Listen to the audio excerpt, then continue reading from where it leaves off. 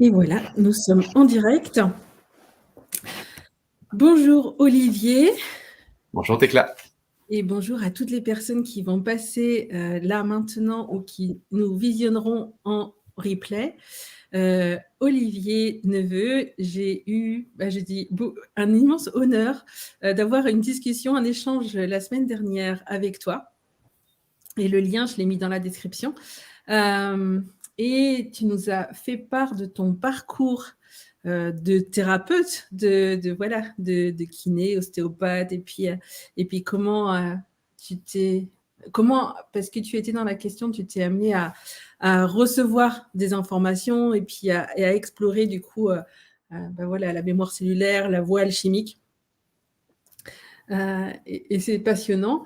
Et puis, donc on se disait que c'était un petit peu comme si on avait planté un petit peu le décor de ta manière d'œuvrer, en fait. Et moi, il y a une question que je n'ai pas abordée la dernière fois, mais que je sais parce qu'on a échangé par ailleurs ensemble.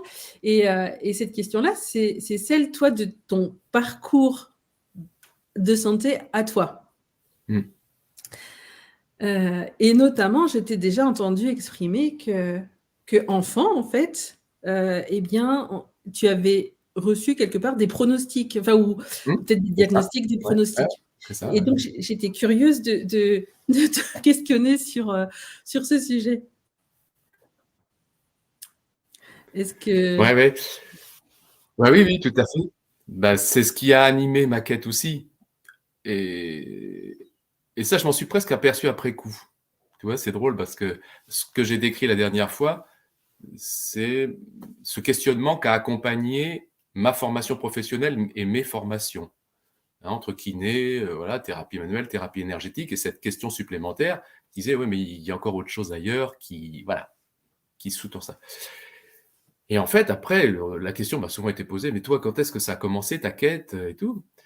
Et du coup, là, effectivement, il faut revenir à l'enfance où, effectivement, j'avais cette animation profonde. Pourquoi ? Parce que très tôt, on m'a diagnostiqué plusieurs pathologies, essentiellement auto-immunes pour chacune, que ce soit le psoriasis pour la peau, ce qu'on va appeler maintenant la spondylarthrite, mais qui, à l'âge de 10 ans, était plutôt une épiphysite de croissance, c'est-à-dire une usure à l'avant de la colonne, je fais très grossier, et qui tend qui va vers la syphose dorsale, c'est-à-dire le fait d'être voûté.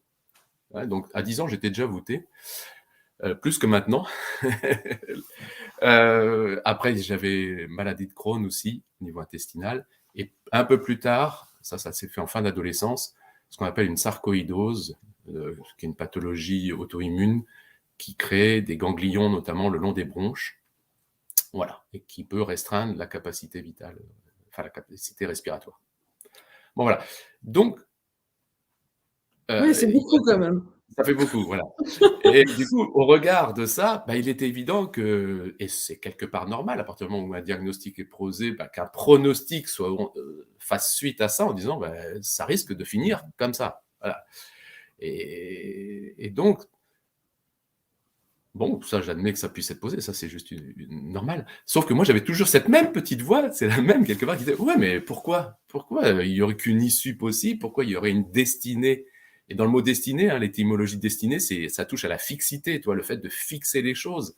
Et là, cette petite voix me disait mais non, mais il y a certainement une autre voie. Moi, je le dirais maintenant comme ça, on peut modifier la trajectoire. Enfin bon, bref, on a mille façons de dire qu'on peut, quelque part, déjouer les pronostics. Donc, ça fait naître un désir profond au fond de moi, un élan, sans pour autant me poser la question, mais comment ? Elle ne vient pas derrière la question comment. C'est juste un élan, encore une fois, j'utilise vraiment ce mot-là, pour dire non, mais il y a autre chose. Donc voilà, ça c'était vraiment gamin. Et puis en fait, après, quand j'y réfléchis, ça s'est posé plein de fois, en fait, cette petite voix. Et je suis sûr que quasiment tout le monde l'a à un moment ou à un autre. Ce désir que j'appelle, moi, un petit peu transgressif. Transgression étant simplement le fait d'aller voir au-delà du cadre posé, au-delà du pronostic posé, de la destinée posée, d'un discours ok, quand on est gamin, on entend les adultes discuter, et puis je me disais, ouais, bah, enfin, c'est quand même bizarre qu'ils voient les choses comme ça. Enfin, quand on est gamin à côté, on a cette petite voix qui cohabite avec nous et qui nous invite, moi je trouve, à cette transgression à la fois physiologique et je dis souvent ontologique. Alors ontologique, c'est-à-dire que c'est propre aux lois de l'être. Hein, ce qui est ontologique, c'est propre aux lois de l'être.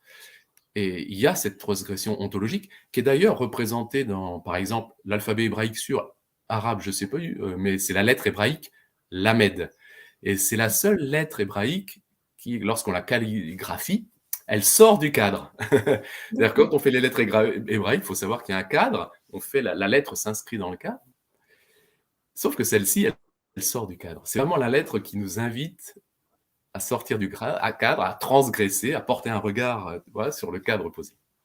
Donc Ouais. ensuite, bah, mon chemin. Alors après, du coup, j'ai fait ces études. Je pense que là, pour le coup, ma destinée à moi, c'est-à-dire mon chemin d'âme m'a pris par le froc en me disant tu vas aller faire des études de kiné, parce qu'en fait, je suis sorti de mon bac sans trop savoir ce que j'allais faire. Tu vas aller faire des études de kiné, et puis derrière, voilà, les rencontres se sont faites, tout le descriptif que j'ai fait la dernière fois. Et là, je me suis rendu compte que je me donnais tous les outils, tous les moyens pour me mettre en chemin par rapport à cet élan qui était né des diagnostics posés étant gamin. Donc, diagnostic et pronostic, hein, parce que si on regarde ton dos, donc tu dis que enfant, tu étais plus voûté qu'aujourd'hui, et je crois que le pronostic, à ce moment-là, en plus, il était costaud, quoi. Bah, disons qu'après, on soupçonne vite, par exemple, la maladie de Scheuermann, ou derrière spondylarthrite, enfin, quelque chose, une atteinte articulaire. En plus, j'avais ce qu'on appelle un spondylolisthésis, c'est-à-dire une fracture de 5e lombaire, la lombaire qui part vers l'avant, qui me pinçait la moelle épinière, qui me créait dès l'adolescence des sciatiques dans les 2 jambes. Et là aussi, on me promettait des choses pas roses. Aujourd'hui, j'ai plus rien. La vertèbre, elle est revenue d'elle-même. Et je n'ai plus aucun signe de dos et de sciatique. Alors, tu dis d'elle-même.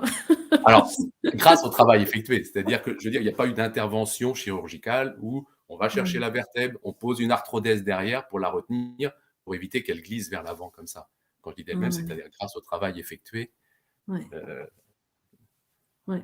Parce que donc tu dis, même si tu t'es pas posé la question de comment, en fait, donc il y a eu, est-ce que c'est le cheminement? Est-ce que c'est l'écoute de cette voix dont tu parles qui te disait que non, c'était pas obligatoire, même si c'était ce qui était annoncé par les adultes autour de toi? Et donc, si j'entends, c'est comme si tu avais suivi quelque part, tu as suivi la possibilité de métier qui se présentait.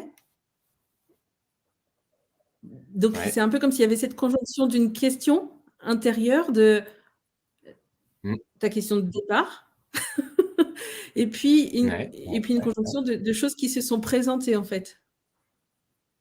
Tout à fait. Ouais, ça, c'est tout à fait ça. Donc là, on voit quelque part le paramétrage du chemin, mais là, tu le dis déjà très bien en partie, avec ce désir ardent, ce préalable que tu te poses à toi-même quelque part, te dire, mais non, il y a un objectif, c'est de revenir de cela. Tu n'as aucune idée de par où, comment, ni comment, ni qu'est-ce. Il y a ça.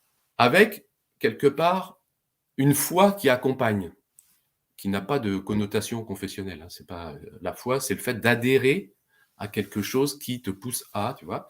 Et effectivement, vient se poser, comme par hasard, voilà, tous ces outils qui sont venus m'aider à expérimenter en prenant appui sur mes patients, parce que là, il y a aussi cette rencontre particulière qui m'a aidé, moi, à œuvrer aussi intérieurement, voilà, m'a permis de rentrer dans cette expérience. Voilà, ça s'étale sur des années, des années et des années, sauf qu'au fil des années, on regarde notre corps évoluer. Je veux dire, encore une fois, il y avait le pronostic posé, puis tu te vois avancer en âge, tu te dis, tiens, c'est bizarre, au fait, on m'avait promis ça, mais non, je tends vers ça. En tout cas, c'est pas la trajectoire, tu sais, c'est vraiment ce qu'on a décrit dans l'effet papillon, où tout doucement, tu changes des tout petits paramétrages, mais à terme, c'est toute une trajectoire qui se modifie. Hein. L'effet papillon, c'est, voilà, tu évites l'ouragan à terme. Donc, c'est vraiment ça que j'ai pu objectiver. Et j'ai même eu des gros antécédents dentaires, je t'ai pas parlé aussi.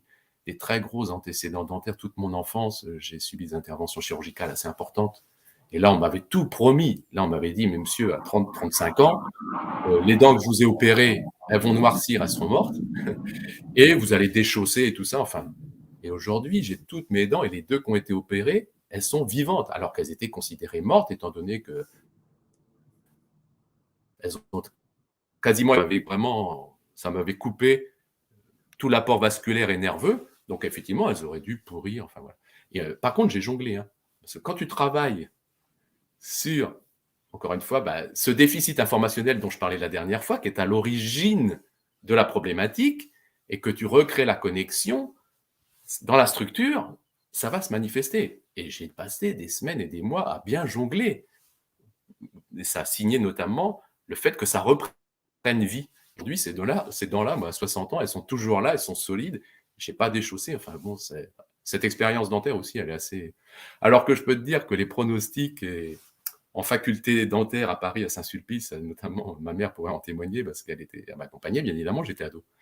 Et mais devant, parce que j'étais opéré en plus en amphithéâtre devant les élèves, enfin, je servais de cobaye. Donc, et le professeur n'arrêtait pas de dire, bon, on fait ça, mais de toute façon, sachez que, voilà, ça n'ira pas loin et tout ça. J'aurais aimé le rencontrer à nouveau. Bah oui. Il y a une chose que tu as. Ah oui, parce que tu as parlé de la douleur. Alors en plus, tu as dit Saint-Sulpice, ça me fait penser à supplice, moi. Mais tu as évoqué la douleur, tu as évoqué cette douleur qui s'est manifestée en fait quand tu as fait ce travail. Alors après, faut que je te demande ce qu'était ce travail un petit peu, s'il y a moyen d'y mettre des mots. Mais ce qui me venait, c'est que souvent quand il y a douleur, notre réflexe, enfin c'est souvent le mien, c'est bon, maintenant qu'est-ce que je peux faire pour stopper cette douleur en fait? Voilà, ouais. C'est vrai que c'est une grosse question, ça. Ça, c'est vraiment une grosse question. Mille façons d'aborder ça.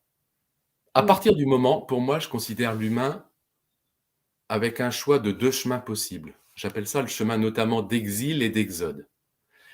L'exode, c'est quand ils veulent se mettre en chemin pour révéler sa nature d'être, ou revenir de pronostic. Enfin voilà, dès qu'il se met en chemin, l'homme, il est en exode, il est en quête de sa terre promise, alors qu'en exil, il tourne le dos à lui-même. Donc pour moi, c'est les 2 chemins, et je le dis parce que ça m'arrive d'utiliser ces mots, et s'ils ne sont pas posés au préalable. Donc exil, tu tournes le chemin à toi-même, enfin le dos à toi-même. Exode, tu te mets en chemin vers toi. Et du coup, il va y avoir 2 mots qui vont se poser à ce moment-là, pour moi, c'est douleur et souffrance. Et c'est vrai que j'ai dit douleur, mais j'aurais dû dire souffrance. On pourrait dire, alors souffrance, ça n'a rien de maso, hein. En fait, à partir du moment où on est en quête de revenir quelque chose, c'est normal que si je veux que ça s'incarne, mon corps va y travailler, il va me le faire savoir. Ça ne peut pas se faire sans une certaine sensibilité au minimum. Il n'y a même pas forcément besoin d'appeler ça souffrance, sauf qu'effectivement, au niveau dentaire, des fois, ça jongle, hein, quand ça cherche à... Tout le monde a connu ça plus ou moins, de près ou de loin.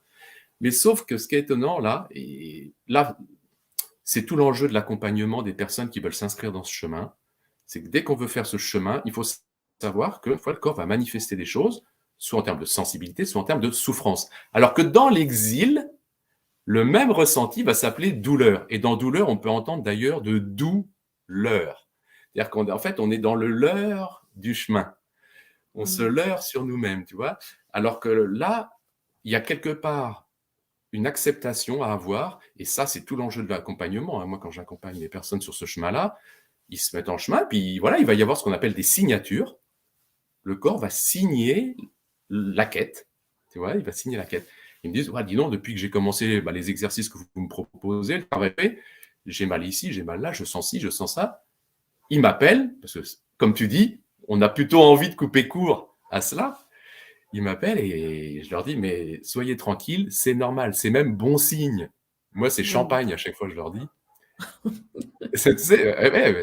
Mais c'est étonnant ce que ça fait chez les personnes qui reçoivent ça. Il y a une acceptation qui se fait et effectivement, ils le traversent. Pour, à terme, se retournant, objectiver que, effectivement, il fallait en passer par cette sensibilité au minimum qui signait le travail alchimique qui est en train de s'effectuer. Je sais pas, j'espère que je suis clair quand je dis tout ça. Bah oui. Oui, oui, et puis c'est magnifique en fait, de pouvoir, regarder comme ça les choses un petit peu d'une manière, enfin voilà, comme on n'a pas forcément l'habitude de regarder.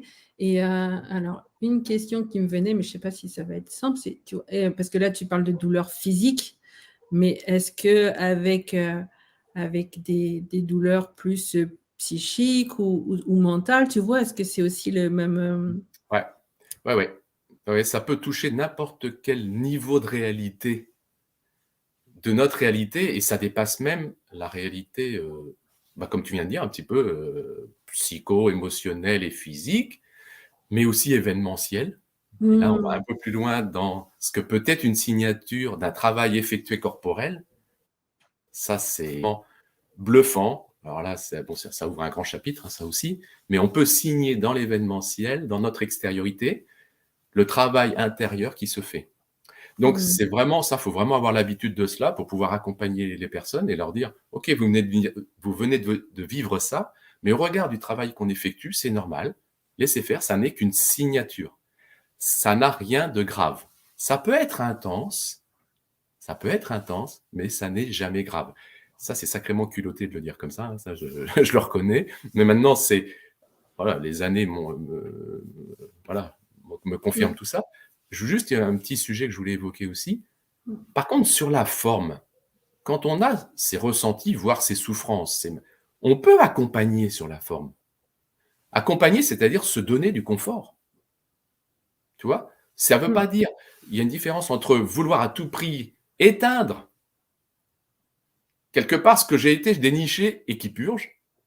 Non, on mmh, peut pas être il y aurait une ambiguïté sinon. C'est comme si là, on essayait de purger le paquet d'inconscient qui vient de s'actualiser, on veut le purger pour enfin le résoudre. On ne peut pas avoir ce désir de le purger et dans l'instant quand ça purge, se dire, remettre un bouchon en disant: «Ah non, non, non, la douleur, la souffrance, j'en veux pas», tu vois? Et mmh, là, on serait ambigu. Par mmh. contre, l'expression de la signature, ces manifestations sensibles et tout ça, on peut les accompagner. Et là, on a 1000 et un outils. Mmh. Sauf Mmh. que ces outils s'inscrivent dans la quête. C'est-à-dire, je prends l'outil pour apaiser la sensibilité, mais intérieurement, j'accepte le fait de les exprimer. Donc là, on est vraiment dans un usage différent des outils, comme l'aurait l'humain d'exil qui, lui, veut à tout prix. J'ai mal, il me faut l'outil pour éteindre ça. Tu Mmh. vois? Ça, c'est une autre Mmh. démarche. Mmh. Là, j'exprime quelque chose parce que je suis en quête de résoudre quelque chose et il y en aura la signature. Par contre, il y a des outils, qui soient allopathiques, alternatifs, enfin, quelque part, moi, on dit souvent d'ailleurs, en alchimie, qu'à ce moment-là, l'allopathie devient juste. Mmh. On rend juste Mmh. l'allopathie, c'est-à-dire, elle a son juste usage, il est ponctuel. Mmh. Tu fais un travail, je vais te donner un exemple, on est en train de fouiller, je sais pas, sur les mémoires des hommes ou des pères ou des choses comme ça, on va travailler sur ces archétypes-là. Un des organes qui va l'exprimer, ça va être le foie, ça peut s'accompagner de maux de tête.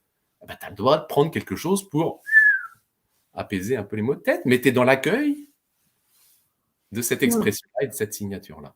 Mmh. Mmh. Mmh. Ouais, super. Merci pour ça parce que alors, je suis désolée, en fait, quand tu parles, il y a plein de choses qui me viennent. Alors, une des choses, c'était juste, qu'en fait, avec ce que tu dis là, c'est aussi ça donne aussi le sens au «grâce à» que tu as Ouais, évoqué la dernière fois. c'est ça. Et puis du coup, m'échappe la deuxième chose, heu bon, c'est pas grave. Ah oui, si, quand même. C'est en fait, voilà, ce que j'ai pas dit depuis qu'on est ensemble aujourd'hui, mais on s'est rencontrés parce que tu es distributeur, énergique, donc tu Mmh. es distributeur, de cette eau, qui qui a des vertus, quand même, inattendues presque pour une eau Mmh. et du coup qui permet, par exemple, de venir régler des choses dans le corps. Enfin voilà, enfin voilà. Mais du coup, dans le sens où, il y a quelque chose qui se présente et du coup, on n'est pas en exil, justement, on n'est pas en train de fuir, hein. Enfin, c'est ça qui, Alors, ouais, disons que l'eau, ça va vraiment être du coup, là, pour le coup, le meilleur compagnon de ce chemin. Parce que l'eau va être vraiment très concernée, notamment dans ces échanges informationnels. Je veux dire, quand on est dans le désir introspectif, c'est plonger dans les eaux de nos inconscients, quelque part. C'est une autre façon de le dire. L'eau est concernée en première intention. Tu vois. À l'inverse, alors c'est sûr qu'on découvre avec une eau vivante ô combien cette eau nous donne tous les moyens de fonctionner au mieux. Pour autant, la quête ne tient pas à l'eau, elle tient à l'initiative que l'on a. Hein. Ça, Et sa j'insiste posture tout de le temps. départ. Mm. Voilà. Avant, après, pendant. Mais par Mm. contre, une fois qu'on se met en quête et qu'on a cette eau-là, ben là, ça change beaucoup, beaucoup, beaucoup de choses. Voilà, hein. C'est juste pour bien. Moi, je suis assez. Ouais, enfin, je sais pas comment je vois pas, mais je suis assez focus sur cette notion d'initiation, d'initiative. Hein, encore une fois, là-dedans, il y a le mot inis, le mot feu. Hein, c'est un feu ardent et qui est de l'initiative de l'homme. Enfin, quand je dis l'homme, c'est H majuscule, hein, de l'humain. Voilà. Et ça, personne ne peut le faire à la place, même pas l'eau. Par contre, l'eau va nous donner tous les moyens pour. Tous les moyens pour. L'eau va vraiment s'inscrire à fond là-dedans. Mais il n'en reste pas moins que l'initiative tient à tout un chacun. Ouais. Et donc, l'initiative, c'est un peu ce que tu as évoqué au début. Donc, pour les personnes qui arrivent en cours, elles pourront regarder. Mais ce que tu as évoqué de l'enfant, quand il a une information qui arrive, qui lui est apportée par ses adultes, mais que quelque part, il l'achète pas. Il garde la foi, justement, que quelque chose d'autre est possible que ce qu'on lui annonce. Est-ce que ça, c'est le feu? Alors, le feu, c'est un gros sujet en tant que tel. C'est un très gros sujet. Il y a plein de feux dans l'alchimie, en fait. Hein. Il y a différents feux. Ça participe, en tout cas. Ça, quand on est gamin, en fait, déjà, on est beaucoup plus proche de ce chemin que si, avançant en âge, on ne le fait pas, il est plus difficile à retrouver. Donc, gamin, on est proche de cela. Donc, effectivement, rien que la posture, rien que le préalable, nous donne l'opportunité, au minimum, de ne pas s'enfermer dans le cadre, de ne pas tomber sous le coup du discours et du pronostic. C'est déjà énorme. Donc, c'est un peu les préparatifs. Mais idéalement, moi, ce que j'aimerais, c'est que culturellement et éducativement, dans l'éducation, ensuite, on donne tous les outils aux gamins pour dire « Super, tu as ce libre arbitre qui est juste encore là et c'est précieux. » On devrait avoir cette vigilance éducative qu'on n'a pas du tout. On formate les gamins ensuite et tout est éteint. C'est bon, on pose un cadre et là, on joue de l'extincteur plein gaz. Donc, moi, ce que j'aimerais après, effectivement, c'est que ça soit dans l'éducation, qu'on cultive ça, de voir l'enfant et de même presque l'inviter. Tu es en train d'écouter des discours d'adultes, écoute ton prof, ton maître aussi, mais garde cette petite voix, ce recul. D'ailleurs, je me suis fait la réflexion, moi d'ailleurs, bien souvent, de me dire que ça soit au collège, au lycée, puis bien après dans mes études, je me tiens toujours au fond de la classe en fait. Et je crois que c'était vraiment une posture vraiment physique de me dire, je tombe pas sous le coup de. Ça, c'est une expression. Alors, bon, à chaque fois, j'ouvre plein de chapitres. Hein, je pourrais partir sur plein de pistes, mais la notion de tomber sous le coup d'eux, ça, c'est une clé fondamentale. Hein, c'est un gros verrou dans l'humain. Donc, de ne veiller à pas tomber sous le coup d'eux et de rester en retrait, de conserver ce libre arbitre. Ça fait partie, comme tu dis, du premier feu, mais en tout cas, au minimum, des préparatifs.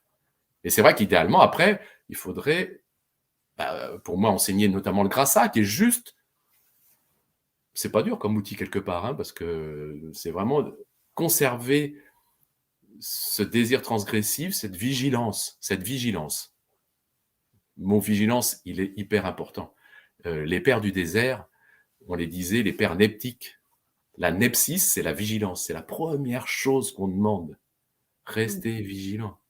La vigilance te permet de garder ce recul, de prendre cette initiative, de prendre de la hauteur, de sortir du cadre, tu vois. Tout ça, ça fait partie, ça va alimenter le feu. Et après, le grassa va s'inscrire là-dedans, en prenant appui sur toutes nos actualités. C'est rigolo parce que quand tu parles de place dans la classe, c'est comme si c'était une manifestation de cette posture d'observateur que tu avais sans doute déjà ou que tu as par rapport aux autres domaines enfin toutes les autres manifestations dans ta vie. Juste par rapport à cette notion d'éducation, tu vois, et en fait, il y a une partie de moi qui pourrait être tentée par moment de se dire, mais en fait, un des meilleurs moyens pour éduquer, enfin, peut-être celui qui est à la fois le plus invisible et le plus efficace, quelque part, c'est l'exemple qu'on est. Enfin, c'est soi-même. Mais, donc peut-être que voilà, si en tant que parent ou accompagnateur, on a soi-même cette posture-là, et ben, ça peut être déjà une invitation pour Bien sûr. Ah oui. l'enfant. C'est ça, oui. La lettre Lamette dont je parle qui sort du cadre, ça veut dire notamment enseignement, être enseigné par, hein, c'est recevoir de c'est s'autoriser à être enseigné. On dit ça d'ailleurs dans les écoles managériales, de dire soyez enseignable. Ben, ça, cette notion-là, il faudrait, voilà, ça devrait accompagner l'humain tout le temps, tout le temps. Et encore une fois, là, on a pris appui sur les pathologies qui m'étaient annoncées, enfin que je manifestais et les pronostics qui en découlaient, mais je me suis aperçu que ça se joue après à plein de niveaux. C'est-à-dire que, je sais pas, si je pense à... Moi, je suis issu d'une grande famille. Et on me disait, gamin, bah, Olivier, tu verras, tu vas finir comme tes cousins, ils sont tous dégarnis, chauves et tout, mais mes oncles et mes cousins sont tous comme ça. Chez les neveux, on finit comme ça. Ploum. Bon. Et du coup, j'avais cette voie tracée. Et tu te dis, mais non, mais pourquoi c'est autant de choses. Cette notion de aussi poser ses valises. Bon, je ne vais pas raconter là toute ma vie, mais une anecdote, mais qui pour moi, qu'en fait partie. Moi, je suis plutôt issu d'une famille, d'une éducation, voilà, plutôt inscrite dans la confession catholique, voilà. Et puis, en fait, ma première épouse, quand j'ai rencontré et que je vais pour la première fois chez ses parents, sur la porte, c'était marqué « Ici, on vote communiste ». Et du coup, c'est marrant comment la petite voix, elle dit, là, à ce moment-là, « Alors, tu fais quoi? Tu lâches, tu rentres ou tu as une loyauté envers les dogmes qu'on t'a d'ores et déjà posés ça fait partie du feu, ça. Ça fait partie du feu. Là, il va falloir transgresser et te dire, mais non, ok, je franchis la porte et c'est aussi sortir de sa zone de confort, par exemple. C'est une autre façon de le dire. De même, quand j'ai terminé mes études de kiné et que j'ai démarré mes études d'ostéo, tu sors de 3-4 ans d'endoctrinement où tu vois le corps humain fait d'une certaine façon, on te dit c'est comme ça, c'est pas autrement presque, enfin, tu vois, limite. Et là, tu rentres, et puis là, on te dit, mais non, le corps, vous allez écouter une vertèbre ou un crâne, et vous allez sentir que ça respire et tout. Bah, il y a une petite voix qui te dit, attends, je suis chez les barjots, je m'en vais Ah. Donc, cette notion de poser les valises, de s'ouvrir à toi, c'est une autre façon pour moi de parler de ça aussi. Et ça se joue chez chacun, ça s'offre à chacun, toutes ces opportunités. Chacun croise ça dans sa vie à un moment ou à un autre. Sauf qu'au bout d'un moment, il va falloir le faire fructifier. C'est-à-dire que, tu sais, Jung, il parle souvent d'expériences lumineuses. On a plein de petites expériences comme ça, qui sont des étincelles, sauf qu'après, il faut mettre le feu. C'est bien de voir les étincelles, c'est bien de profiter de l'étincelle, mais derrière, il faut nourrir le feu. Donc derrière, il va falloir souffler sur les braises. Ouais. Donc là, et c'est là qu'intervient le choix, en fait. Ouais, en tout cas, il faut s'inscrire. Tu as l'expérience et toi, derrière, tu prends l'initiative d'emprunter la voie. Comme tu dis, c'est là qu'il y a le choix, c'est là qu'il y a le carrefour. Parce que sinon, bah, c'est un peu comme dans la légende arthurienne où tu laisses passer le Graal, en fait. C'est-à-dire que s'offre à toi à chaque fois l'opportunité de te mettre en chemin, puis tu laisses passer. Ouais, et du coup, ce serait presque qu'est-ce qui vient faire la différence? Parce que tu vois, moi j'ai un exemple et j'imagine que n'importe qui regarde là doit aussi avoir des exemples enfants. Moi j'avais 2 parents myopes, plutôt beaucoup myopes, et donc un jour ils m'ont dit: «Mais toi, comme tu as tes 2 parents myopes, et ben tu as des gènes de myopes qui arrivent de tous les côtés, donc forcément tu vas avoir des lunettes très vite, quoi». Et puis voilà, et puis à 50 ans, ben, j'ai la chance enfin voilà, en fait, il y a une partie de moi qui s'est dit: «Non, c'est pas vrai». En fait, c'est juste, voilà. Voilà. Ce nom-là, voilà, qui est un nom ontologique, hein. C'est pas, faut pas entendre dans la transgression une opposition par principe, du reniement, brûler pour brûler. Ça, c'est une différence entre 2 mots que j'aime bien. Je sais pas si on a le temps d'aller vers ça, mais Vas-y. c'est la différence entre le mot anarchie et le mot énarchie. C'est la différence entre ces 2 mots-là. Le désir de transgresser, on le voit très souvent, et je veux dire, c'est d'actualité quasi, peut générer une anarchie, c'est-à-dire un chaos, mais qui est en l'absence d'initiative intérieure en l'absence d'adhésion et de connexion aux lois du vivant et de l'humain. L'énarchie est le même chaos, le même désir transgressif, mais avec ce préalable de dire ça s'inscrit dans l'exode, au respect des lois de l'humain, en rapport avec ce qui se passe dans le microcosme ici, et que je ne peux pas faire l'économie de travailler le microcosme ici au regard du macrocosme que j'estime être en désordre. Enfin voilà, moi j'estime que le système aujourd'hui me met en souffrance. Bon, bah, ok, certes, ça fait. Mais si on n'a pas dans le même instant cette responsabilité, on a dit le mot responsable la dernière fois, se mettre en écho à cette responsabilité d'aller voir intérieurement et de me connecter aux lois du vivant et de l'être ici, le chaos qui va en découler, qui dans l'alchimie est physiologique, va devenir dans l'exil de l'anarchie et dans l'exode de l'énarchie, énarché. Énarché, ça veut dire aussi in principio en latin, et c'est bereshit en hébreu, qui est le premier mot de la Bible, qui veut dire dans le principe, par principe, tu vois, en adhésion au principe. Et il faut entendre là-dedans, principe préinscrit de toute éternité, principe des lois du vivant, des lois de l'être. Et ça, j'aime bien faire cette différence entre ces deux mots, anarchie et énarchie. L'anarchie est à l'exil, ce que l'énarchie est à l'exode. Voilà, d'accord. Et du coup, une question qui me venait, c'est est-ce qu'il y a moyen de savoir qu'on est en exode plutôt qu'en exil? Ah oui, bah ça, bonne question. Et elle est souvent posée. Il n'y a pas une réponse toute faite. Il y a quelque part quelque chose qui est de l'honnêteté envers soi-même, de se dire, est-ce que je suis bien? Est-ce que je pose tous ces préalables-là? De faire reconnaissance que, quand bien même je peste, à juste titre, ça c'est pas le sujet, par rapport à une actualité donnée, et tout ce qu'elle génère de souffrance et de contraintes, j'ai ce préalable, cette reconnaissance de dire, oui, mais ça préexiste ici. Et donc, ok, sur la forme, je peux rentrer dans des revendications extérieures, mais je ne peux pas, sur le fond, faire l'économie d'aller y voir à l'intérieur, parce que la genèse de cette actualité préexiste au fond de moi.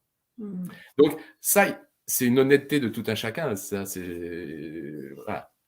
Après, il y a l'outil notamment du Grassa pour œuvrer, puis voilà, on va mettre tous les outils en œuvre pour se mettre en quête vers cette intériorité.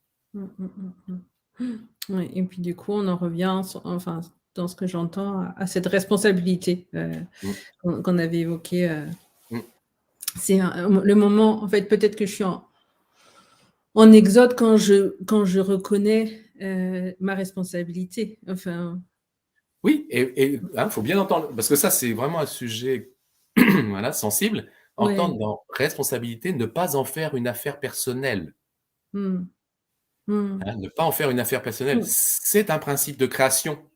La genèse de ce qui s'actualise, du manifesté, préexiste par principe au fond de nous tous. Et comme en plus on est holographique, on est holistique, en fait, au fond de nous, on a depuis la nuit des temps l'origine de toute chose. Donc, il n'y a pas besoin d'en faire une affaire personnelle. C'est un principe de la création et personne n'en fait l'économie, tu vois. Mais c'est déjà énorme de se dire que pour une actualité donnée, et je dirais, pour toutes les parties prenantes de cette actualité-là, pour toutes les parties prenantes. Parce que tu vois, enfin, on pourrait faire le lien avec l'actualité qu'on vit aujourd'hui, même à l'échelle collective. Au fond de nous préexistent tous les aspects de cette actualité. Et donc, il faut que je me mette en tête de tous ces aspects-là intérieurement, sans en faire une affaire personnelle. Oui. Et du coup, avec, en fait, ces responsabilités, mais dans le sens, du coup, avoir du pouvoir. Avoir un pouvoir. En fait, c'est quelque part, ça nous redonne notre pouvoir, cette vision-là. Exact. Ouais, tout à fait. Ouais, là, on retrouve le pouvoir ontologique, pour moi. Et la liberté ontologique. Wow. Après, voilà, ça ouvre à plein de sujets. Enfin, voilà, j'essaye de ne pas partir sur trop de pistes à la fois. Mais, non, mais moi, je trouve ça, enfin, ça me fascine depuis tout le temps. Cette possibilité, ça me fascine et ça me réjouit. Et puis, bon, encore une fois, la façon dont j'avance dans le temps, la façon dont évolue mon véhicule au regard de ce qui, encore une fois, m'était pronostiqué, ça aussi, ça me ceint les reins. Tu sais, l'expression ceindre les reins, c'est vraiment ça. C'est-à-dire, tu as vraiment une expérience qui t'enrichit, mais qui structurellement t'incarne. Alors, il reste encore plein de chemin à faire. Je suis pas. Et tant mieux. Je suis qu'à la moitié de ma vie. Bah, de toute façon, j'imagine que quand on est vivant, on est en mouvement, donc forcément, C'est fluctuant, c'est vraiment ouais. l'impermanence et la fluctuation, par exemple, c'est un paramétrage de l'univers, donc Mmh. ça aussi, il faut l'accueillir, ça c'est un Ouais, incontournable. ouais et peut-être que d'avoir cette vision-là, ça peut aider aussi. Ah ben, moi je trouve, Ouais. moi je trouve. Mmh. Moi, je trouve que pour traverser, Mmh. c'est énorme. Mmh, Pour mmh, moi, c'est mmh. énorme, mais c'est très culotté de dire ça, mais tu sais, souvent, on est tous là, confrontés à nos actualités et voilà, à l'évolution du collectif, enfin tout ce qui nous pend au nez, à court, moyen terme. Et à chaque fois, me revient une petite phrase qui me dit, mais ce qui importe, c'est de rester dans cette dynamique de devenir. Mmh C'est mh. de continuer à devenir. Parce que sinon, Mmh. on aurait vite fait de s'arrêter, d'être sidéré, tu vois, enfin, Mmh. voire même de renoncer, pourquoi pas. Enfin, ça, puis c'est humain, hein. Mmh. Il y a pas de jugement là-dedans. Mmh. Mmh Et du mh. coup, la vigilance, encore une fois, ce fameux mot vigilance, elle tient au fait, ouais, mais tant pis, au regard de tout ça, maintenir le feu pour continuer de devenir. Parce que quand tu avances sur le chemin et que tu te retournes et que tu mesures le chemin parcouru, là, tu te dis, bah oui, j'ai bien fait de traverser. J'ai bien fait de continuer. Tu vois. Et moi, je crois beaucoup à ça, j'adhère beaucoup à ça. Mmh. Même si la forme peut être très éprouvante, enfin, voilà, on sait ce qu'elle est, la forme aujourd'hui, elle est dure, plus que Mmh. jamais, hein. Enfin, Mmh. Mmh mh. tous les écosystèmes souffrent aujourd'hui. L'humain, qui est un écosystème en tant que tel, souffre de la même façon. Voilà. Mmh mh. Donc, la forme nous éprouve. Mmh. Ouais Après, et tu vois, tu évoquais cette tentation peut-être d'arrêter cette sidération, cette tu vois? Qui peut exister et tu as évoqué aussi au fil de notre échange l'accompagnement que toi tu proposes, enfin ou tu as proposé ou tu proposes ou peut-être que tu vas mmh, proposer bientôt d'une autre mmh. manière. Mais effectivement, j'imagine que ouais, des fois, c'est bien de pas être tout seul. Enfin, Ah, exact. Mmh. Ouais, ça, c'est un gros, oui, tu fais bien de l'évoquer ça. Parce que là, il y a deux choses qui vont cohabiter. La quête en tant que telle, quand on a le désir de la faire et qu'on se met en chemin, c'est un chemin de grande solitude. C'est un chemin qu'on dit hermétique, au sens même d'Hermès, mais ça veut bien dire ce que ça veut dire, hermétique.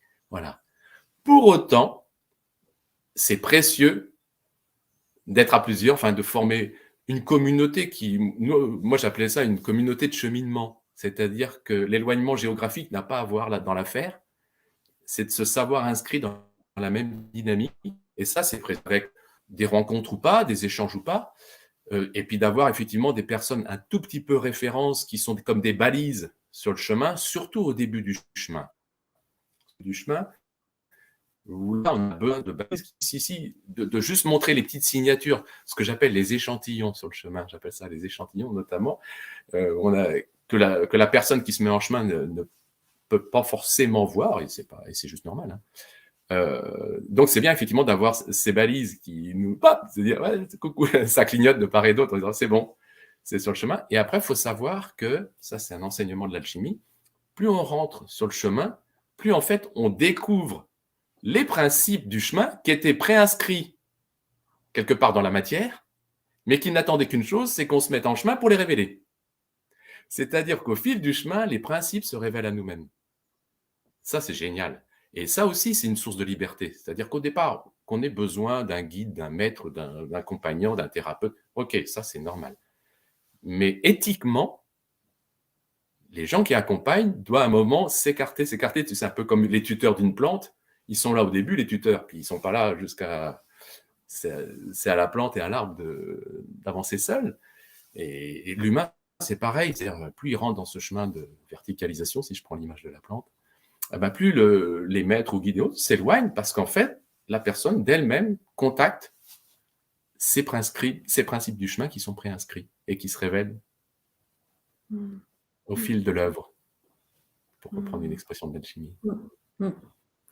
Ouais et du coup, c'est toujours cet équilibre entre effectivement, le tuteur à un instant et puis se continuer ensemble. Bon, mais en même temps, tu as parlé de communauté, mais est-ce que tu l'as créée, cette communauté, pour qu'on soit moins... Alors, là, je ne peux pas parler de toute ma vie, mais voilà, on a eu bien des expériences. Enfin, moi, j'en ai eu bien des expériences. Puis avec Sandrine, voilà, on a vécu beaucoup de choses, voilà, qui fait qu'à un moment, elle était créée, cette communauté.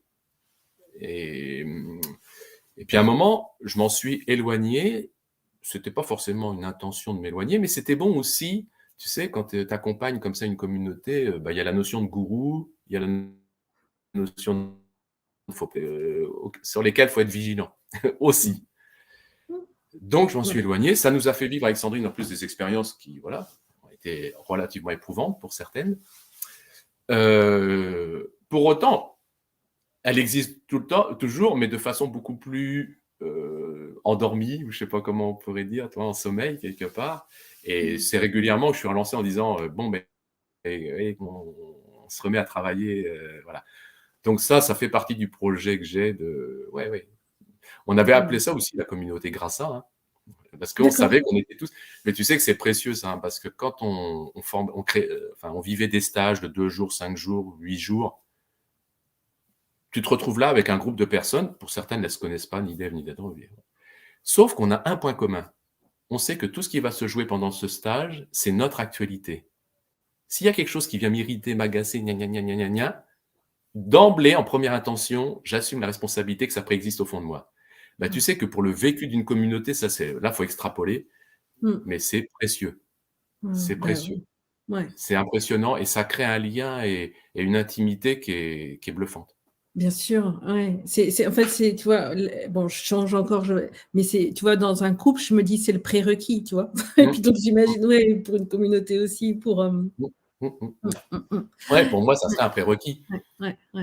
Quelque chose, nous, c'est quelque chose, dès qu'on posait, là, quand on refera des stages, on le posera tout le temps, mais ce préalable-là, sachez que là, on vit quelque chose, voilà, on est un écosystème, on aura différentes actualités, mais les actualités communes que nous avons, que ça soit à 2, à 4, à 10, sachez qu'elles préexistent au fond de vous et que si à un moment, il y a quelque chose qui vient vous gratter, tout de suite, on réoriente la personne en disant, en première intention, viens le nommer au fond de toi, viens y travailler. Sur la forme, ça ne veut pas dire qu'il n'y aura pas des choses à gérer, mais ça change tout, hein, d'avoir cette... Ok, la communauté grâce à, donc une communauté qui communauté de cheminement. En sommeil, mais j'imagine que s'il y a quelqu'un, il y a quelque chose qui lui fait tilt en entendant ces mots-là, bien sûr, cette personne, elle peut venir te contacter, te retrouver. Et ça va être de plus en plus facile de te trouver. Oui, ça ne va pas tarder. Là, j'ai un petit bout de site qui va naître et sur lequel au moins on pourra me contacter. Et voilà.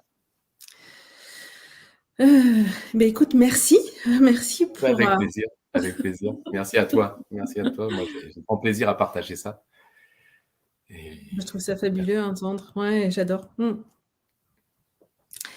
Et merci à toutes les personnes qui sont passées, qui nous ont regardés. Bon, j'imagine qu'on va se revoir, Olivier. Oui, avec plaisir. Ouais, moi, j'adore ce type d'échange. Voilà, cette interaction. Merci de me l'offrir. Avec joie, parce que ça fait, pour moi, ça fait tellement du bien d'entendre qu'il y a cette possibilité d'un autre regard, en fait. Et puis, du coup, en fait, oui, tu as utilisé les mots la dernière fois, mais de transmission, qui ouvre à une réversibilité. Là où, avec la raison et sous le coup du pronostic, tu te dis, mais non, il n'y a pas de réversibilité. Tu vois, il y a un fatalisme quelque part. Là, de se dire qu'il y a cette voie de réversibilité qui devient une voie de guérison, qui devient une voie de révélation, et c'est la même dynamique. Pour moi, c'est précieux, c'est énorme. Tu sais, je m'amuse à dire là en ce moment, quand c'est votre mission, si vous l'acceptez, c'est pour reprendre le jingle de Mission Impossible, tu sais. Votre mission, si vous l'acceptez, c'est de transgresser et de voir autre, ou de porter un nouveau regard, ou de donner une issue à l'entropie. Alors, j'ouvre sur un autre sujet. Mais voilà, c'est cette mission, si vous l'acceptez. C'est de partir en exode. Oui, j'accepte. Je ne sais pas comment, mais j'accepte. Wow. Merci. Avec plaisir. Et puis, ben, ouais, ma journée à moi, elle démarre de manière fabuleuse grâce à toi. Eh ben, Et donc, pareil, j'espère que merci. c'est le cas aussi pour toutes les personnes qui vont avoir l'occasion et la chance de visionner. Et puis, et ben, au plaisir. Et puis, Ouais, à très vite. à tout bientôt. Ça marche. Belle journée. Merci. Toi Bye bye. aussi.